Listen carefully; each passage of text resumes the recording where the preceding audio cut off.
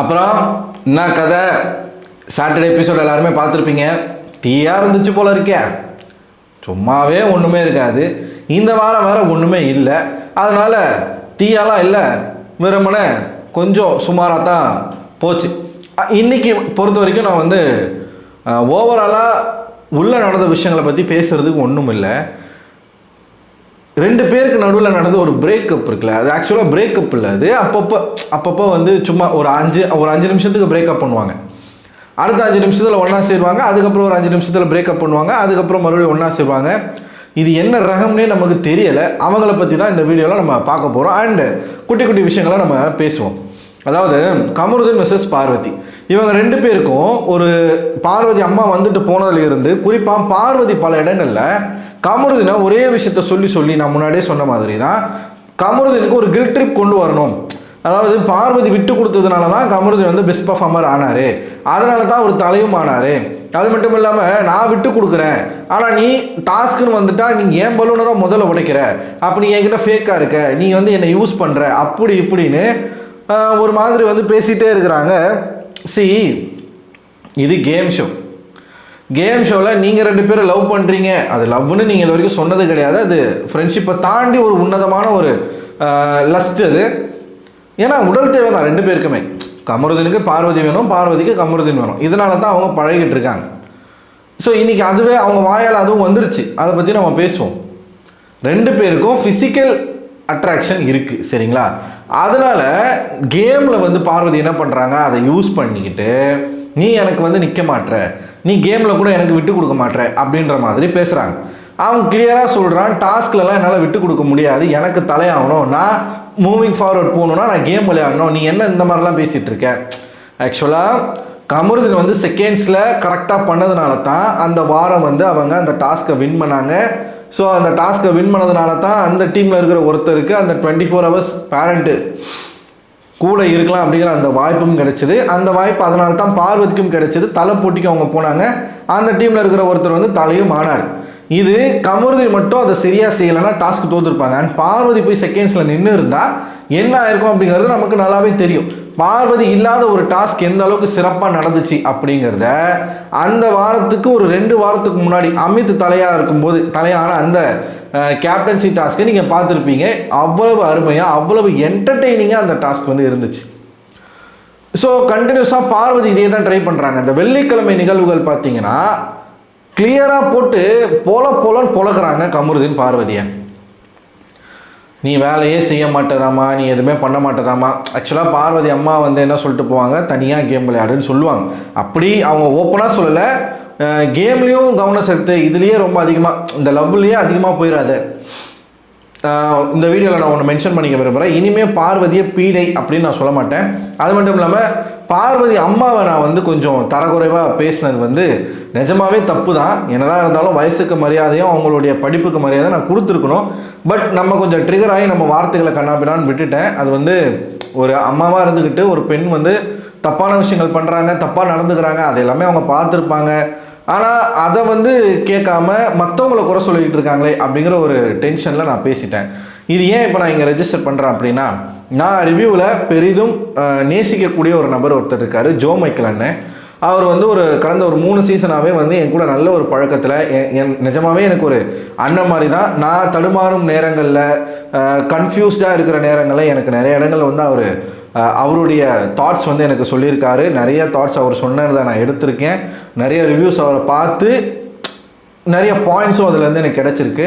So அவர் வந்து நேற்று அவருடைய ரிவ்யூவில் என் பேரை மென்ஷன் பண்ணி, தம்பி இந்த மாதிரி பேசியிருக்கேன், அது வந்து வருத்தமாக இருக்குது, அந்த மாதிரி பேசுகிற பையன் கிடையாது, பட் என்னாச்சுன்னு தெரியல, அது வந்து தப்பு அப்படின்னு சொல்லியிருந்தார். வீடியோவில் சொன்னது மட்டும் இல்லாமல் எனக்கு பர்சனலாக கால் பண்ணியும் சொல்லியிருந்தார். ஏன்டா தம்பி என்னடா ஆச்சு, இந்த மாதிரிலாம் நீ பண்ண மாட்டியே, என்ன பிரச்சனை அப்படின்னு கேட்கும்போது நான் சொன்னேன், ஆமாண்ணா நான் பேசிட்டேன்னா, பட் இந்த ரீசனால் நான் பேசிட்டேன், ஆனால் எனக்கே அது தவறு தானே தோணுச்சு அப்படின்னு சொல்லும்போது, சரி தம்பி அதை பார்த்துக்கோ, நீ வந்து விமர்சனம் வை, அதை வந்து வேணான்னு சொல்லலை, பட் இருந்தாலும் அந்த ஏஜுக்கான ஒரு மரியாதை நீ வந்து கூட கொஞ்சம் வேர்ட்ஸ் வந்து கொஞ்சம் பார்த்து கவனமாக கண்ணியமாக யூஸ் பண்ணி, ஏன்னா ரிவ்யூவோட நீ நின்றக்கூடாது, அடுத்த கட்டங்கள் நீ போகணும். இப்போ அடுத்து நீ பிக் பாஸ் போகணும், அந்த சேனலில் போய் அப்ரோச் பண்ணணும் அப்படின்னா இந்த மாதிரி நீ பேசுனா உனக்கு அந்த வாய்ப்பு கிடைக்காது. ஸோ நீ ரிவ்யூவை கொஞ்சம் சேஞ்ச் பண்ணிக்கோ, இந்த மாதிரி தேவையில்லாத வேர்ட்ஸ்லாம் மட்டும் கொஞ்சம் பார்த்து பேசு அப்படின்னு சொல்லியிருந்தார். நிஜமாகவே அது வந்து ஒரு வேல்யூபிளான ஒரு ஃபீட்பேக். அவருக்கு யாருமே எனக்கு சொல்லலைங்க.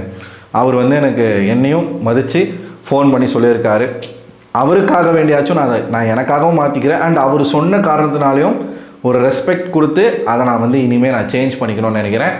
நம்ம ரிவ்யூவில் இனிமேல் பீடை அப்படிங்கிற அந்த வார்த்தை வராது. அது மட்டும் இல்லாமல் நாகரிகமாக நம்மளுடைய விமர்சனங்களை வைப்போம். பார்வதி அம்மாவை நம்ம கொஞ்சம் தரக்குறைவாக பேசுனது வந்து தப்பு தான். நான் அதை வந்து பார்வதியுடைய ரசிகர்கள்கிட்ட மன்னிப்பு கேட்டுக்கிறேன்.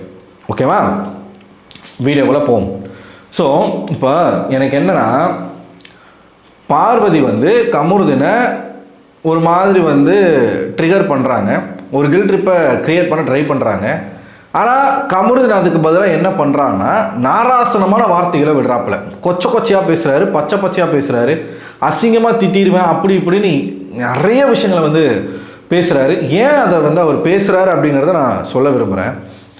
பார்வதி வந்து ஒரு மாதிரி நீ ஏமாத்துற, நீ கேம் விளையாடுற, நீ ஒரு மாதிரி பண்ணுற அப்படின்னு வந்து பேசுகிறாங்க. அதுக்கான ஒரு ரியாக்ஷனை தான் அவர் கொடுக்குறாரு. இது வெள்ளிக்கிழமை நிகழ்வுகள். சாண்ட்ரா கிட்ட உட்காந்து பேசுறது, இனிமேல் அவங்க தனியாக கேம் விளையாட்டோம், நான் தனியாக கேம் விளையாடுறேன். ஒரு 1/4 மணி நேரத்துக்கு இதே டாபிக் தான் போயிட்டு இருந்துச்சு. கேவலமாக கமருதீன் வந்து பார்வதியை பேசுகிறாரு. சரி, அது முடிஞ்சா?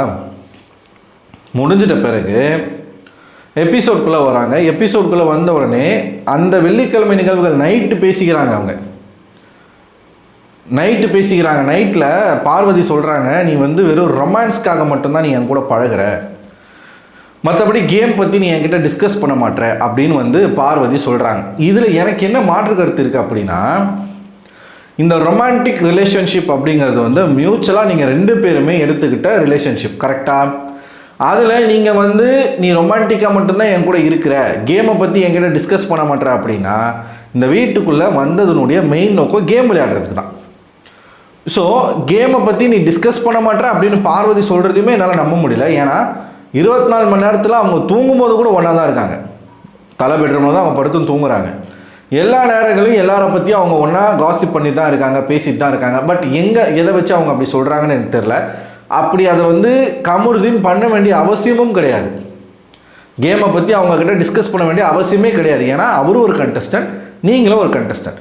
கணவன் மனைவியாக வந்த பிரஜின் சாண்ட்ராவுக்கே இது விதிவிலக்கு அப்படின்னா, நீங்கள் ஜஸ்ட்டு ஃப்ரெண்ட்ஸ் வித் பெனிஃபிட்டில் நீங்கள் பழகிட்டு இருக்கீங்க 2 பேரும். அப்போ உங்களுக்கு இது எப்படி வந்து ஒரு சட்டமாகும்? ஆகாதுல்ல. உங்களுடைய நீங்கள் எதிர்பார்க்குற எல்லாத்தையுமே கமருதீன் பண்ணணுன்ற அவசியம் இல்லையே. ஸோ ஆக்சுவலாக பார்வதி ட்ரை பண்ணுறது என்னென்னா, நீ வந்து வெறுமனே ஃபிசிக்கல் நீடுக்காக மட்டும்தான் என் கூட பழகிற, அதுக்காக மட்டும்தான் என்ன நீ யூஸ் பண்ணிக்க விரும்புகிற அப்படின்னு அவன் மேலே ஒரு அதான் ஏற்கனவே பண்ணாங்க இல்லையா, அதே மாதிரி ஒரு ஃபேக் அலிகேஷனை செட் பண்ண வராங்க. மற்றபடி நீ வந்து மற்ற விஷயங்களை நீ டிஸ்கஸ் பண்ணுறதுக்கு ரெடியாக இல்லை. வெறும் இந்த ரொமான்டிக்காக இருக்கிறதுக்கு மட்டும்தான் நீ என்னை தேடி வர, உடல் சுகத்துக்காக தான், அதுதான் மீனிங், அதுக்கு தான் நீ வர அப்படின்னோடனே அவன் டென்ஷன் ஆகிறான். அவர் வந்து டென்ஷன் ஆகிறார். கமருதீன் டென்ஷன் ஆகிறாப்புல.